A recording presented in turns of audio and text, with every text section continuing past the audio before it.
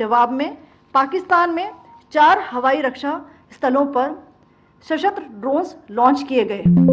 इनमें से एक ड्रोन एडी रडार को नष्ट करने में सक्षम रहा। पाकिस्तान ने जम्मू कश्मीर के तंगधार, उरी, पुंछ, मेंढर, राजौरी, अखनूर और उधमपुर में भारी कैलिबर आर्टिलरी गन और सशस्त्र ड्रोन्स का उपयोग करके नियंत्रण रेखा के पार गोलीबारी भी की, जिसके परिणाम स्वरूप भारतीय सेना के कुछ जवान हताहत हुए और घायल हुए।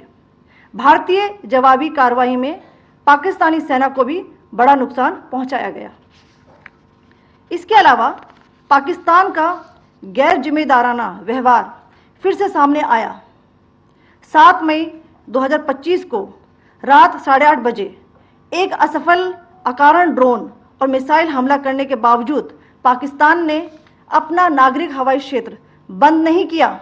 पाकिस्तान अपने नागरिक विमानों को ढाल के रूप में इस्तेमाल कर रहा है, जबकि उसे अच्छी तरह से पता है कि भारत पर उसके हमले से हवाई रक्षा की तीव्र प्रतिक्रिया होगी। यह भारत और पाकिस्तान के बीच अंतर्राष्ट्रीय सीमा के पास उड़ान भरने वाले अंतर्राष्ट्रीय उड़ानों सहित नागरिक विमानों के लिए सुरक्षित नहीं है। यहाँ स्क्रीन शॉट में पंजाब सेक्टर में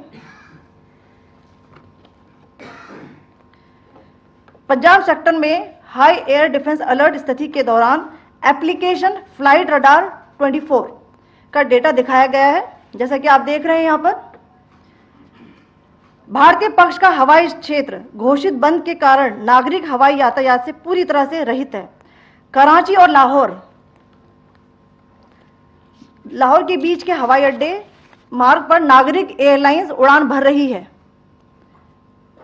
हाई अलर्ट किया गया है विमान फ्लाइनेस एविएशन का एयरबस 320, जैसा कि आप यहां देख रहे हैं, जो कि शाम को 5:50 बजे दमम से शुरू हुआ और रात को 9:10 बजे लाहौर में उतरा। ये सारा डिटेल्स आप यहां देख रहे हैं, ये डिटेल्स यहां लिखा हुआ है। Can you see this?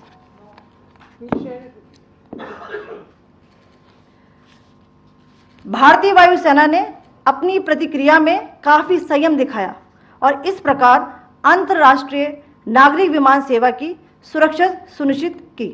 धन्यवाद। जय Hind.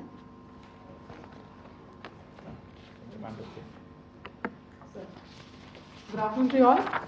On the intervening night of 8th-9th May 2025, Pakistan military carried out multiple violations of Indian airspace along the entire western border with an intent to target military infrastructure. Pakistan military also resorted to firing of heavy caliber weapons along the line of control. Along the international border and line of control, drone intrusions were attempted from Leh to Sir Creek at 36 locations with approximately 300 to 400 drones. Indian Armed Forces brought down a number of these drones using kinetic and non-kinetic means. The possible purpose of these large-scale aerial intrusions were to test the AD systems and gather intelligence. Forensic examination of the drone debris is being undertaken. Preliminary reports suggest them to be of Aziz Guard Songa drone of Turkey.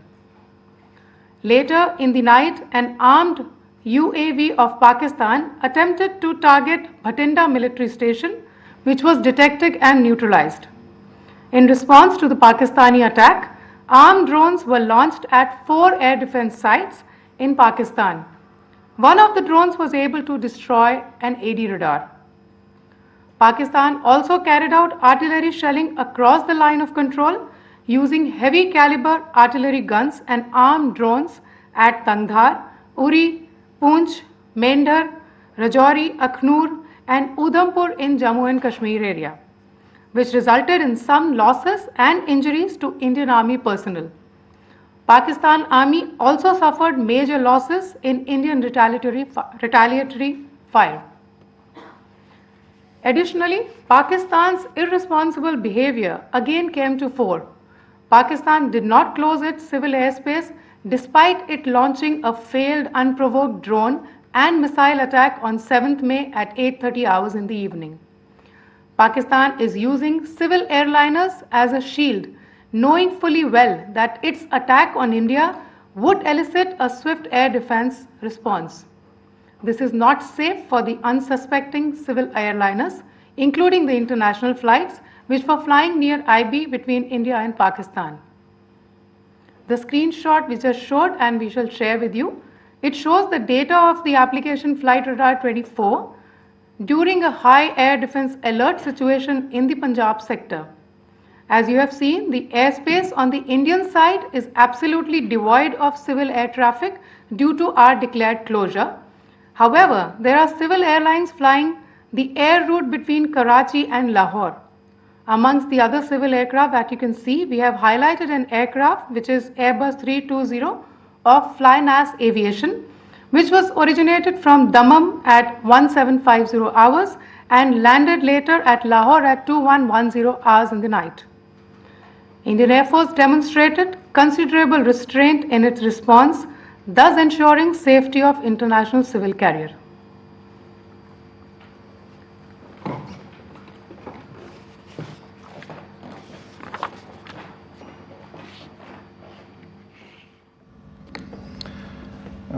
Thank you, Colonel Qureshi, Wing Commander Singh. I have just a few points to share in addition. कल रात की पाकिस्तानी सेना की कायरतापूर्ण गतिविधियों से आपको colonel Qureshi और विंग कमांडर सिंह ने पहले ही अवगत करा दिया गया है. These provocative and escalatory actions that were taken by Pakistan last night were targeted at Indian cities and civilian infrastructure, in addition to some military targets. The Indian armed forces responded proportionately, adequately and responsibly. ये जो हमले हुए कल रात को भारतीय सैन्य इकाइयों ने पर्याप्त रूप से और एक जिम्मेदाराना रुख अपनाते हुए इन हरकतों का उत्तर दिया. What I want to underline is that the official and blatantly farcical denial of these attacks that Pakistan carried out by the Pakistani state machinery is yet another example of their duplicity and the new depths that they are plumbing in their quest for disinformation. The other point in the same vein is Pakistani claims that they did not target or attack any religious places. You would recall that yesterday I shared with you an incident related to the attack on a Gurdwara in Punch. Instead of owning up to these attacks, Pakistan made the preposterous and outrageous claim that it was the Indian Armed Forces and the Indian Air Force that was targeting cities like Amritsar and trying to put the blame on Pakistan. This is nothing but a desperate attempt by Pakistan to disown its acts of aggression, but it is also true to type in its effort to deceive and mislead the world. It will not succeed. The Gurdwara in Punch in particular was attacked by Pakistan, and some local members of the Sikh community, including a Ragi of the Gurdwara, lost their lives in this incident, as I shared yesterday. TV पर आप इस हमले के चित्र देख सकते हैं. In addition, that we would attack our own cities is the kind of deranged fantasy that only the Pakistani state can come up with. Perhaps they do it because they are well versed in such action, as their history would show. The last point I wanted to make this evening is again this disinformation that is coming from Pakistan about India targeting the Nankana Sahib Gurdwara through a drone attack. This is again yet another blatant lie and part of Pakistan's disinformation campaign. As we saw in the Pahalgam attack, Pakistan is again trying desperately to impart a communal hue to the situation with an intention to create discord. Again, we are not surprised. India's steadfast unity in itself is a challenge to Pakistan. Let me stop there. I have time only for a few questions and be happy to try and answer them. First, I call Siddharth. Siddharth, please. Hi, sir. I'm Siddharth from Beyond. So this is Siddharth, behind, please. The other Siddharth. yes.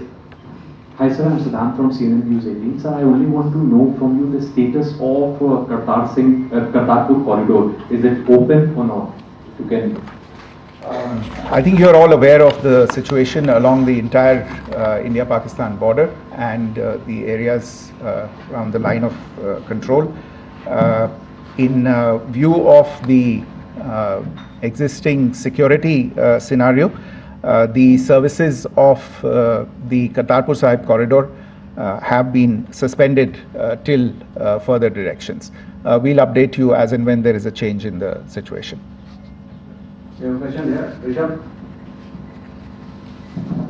So, good evening, Rishabh from Times Now. So, you spoke about religious places being hit in Jammu. There's another religious place which is Carmelite Nun church that has been hit. What do you have to say about it? If you can explain that. Yeah, actually, we do have some information about this extremely regrettable and condemnable incident during heavy shelling across the line of control in the early morning of 7th May.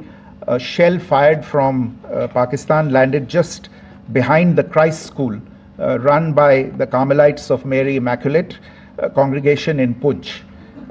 Tragically, the shell fired from Pakistan hit the home of 2 students of the Christ School. Both students unfortunately lost their lives and their parents were severely injured.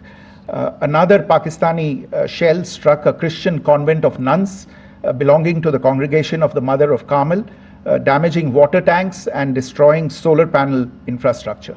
Several priests, nuns, school staff and local residents took refuge in an underground hall beneath the Christ School during the shelling by Pakistan. The school happened to be closed at the time, fortunately. Otherwise, more losses would have occurred. Again, we have seen the Pakistani side targeting and shelling places of worship with a particular design. This includes gurdwaras, these convents and temples. This is a new low even for Pakistan. You have a question here, right? Sir Pranay Upadhyay Amarjal से।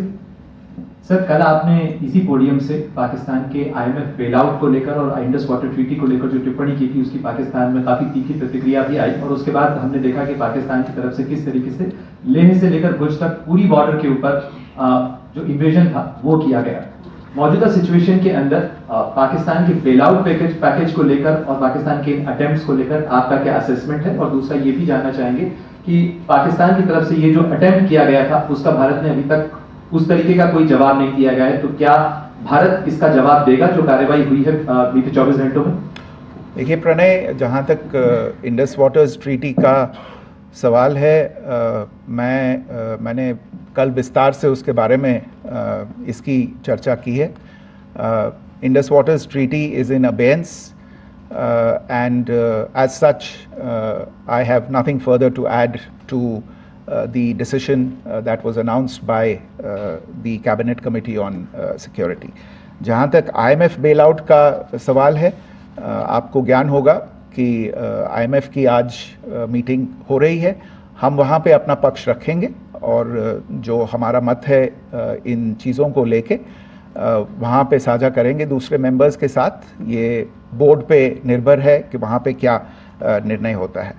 और जहाँ तक जो कार्रवाई हुई है उसका जवाब देने का जो आपने जो प्रश्न उठाया है, जो आज ब्रीफिंग हुई है, जो आपको सूचना मिली है, मैंने भी कहा है कि जो आज सवेरे तड़के सवेरे जो गतिविधियाँ हुई भारत ने उनका एक जिम्मेदाराना पूर्ण तरीके से और एक पर्याप्त तरीके से उसका जवाब दे दिया है। Siddhant. Hi sir, Siddhant from Beyond. Sir, the External Affairs Minister has spoken to many of his counterparts around the world. Yesterday he spoke to the US Secretary of State Marco Rubio. So what were the key areas of conversations during that call? Yes, the minister had a conversation with the US Secretary of State. As you can imagine, the focus of discussions was the terrorist attack in Pahalgam and the response that India mounted after that on the 7th of May. The Secretary of State shared his thoughts on these developments with the minister. The minister deeply appreciated the US's commitment to work with India in the fight against terrorism, and he also underlined the targeted measures that India had taken in connection with Op Sindoor. The minister also underlined that India would firmly counter any attempts at escalation from there. But in follow-up to that, as you are aware, there have been a number of other conversations. The minister had a conversation with the UK Foreign Secretary, David Lammy, today. There too, the discussion centered around countering terrorism, for which there must be zero tolerance. And I understand just a short while ago, the External Affairs Minister has also spoken to the Foreign Minister of Norway, Espen Barth Eide, which was also focused on recent developments stemming from the terrorist act in Pahalgam. One last question, Sudeep. Sir, Secretary, thank you for the invitation from Bloomberg. India had struck Bahawalpur the other day, which is also connected with the murder of one of us journalists, Daniel Pearl. If you could give us an understanding of what exactly are the reports that you're getting. You're right. Bahawalpur is the headquarters of the Jaish-e-Mohammed terrorist group that is proscribed by the United Nations. Its leader, Maulana Masood Azhar, is a proscribed individual. It is you brought up the connection with the tragic death or killing of Daniel Pearl of the Wall Street Journal. The Jaish-e-Mohammed was in some way directly or indirectly responsible for the death of Daniel Pearl. But the real connection is through Ahmed Omar Saeed Sheikh, the British Pakistani jihadi who was held in India but was finally released in 2000, and he was the person who lured Daniel Pearl to his eventually leading to his murder. So these are all obviously connected figures, connected individuals, connected institutions, and the attack on Bahawalpur, on that facility of the Jaish-e-Mohammed in Bahawalpur is, I would imagine, a fitting part of this unfortunate incident. Thank you all.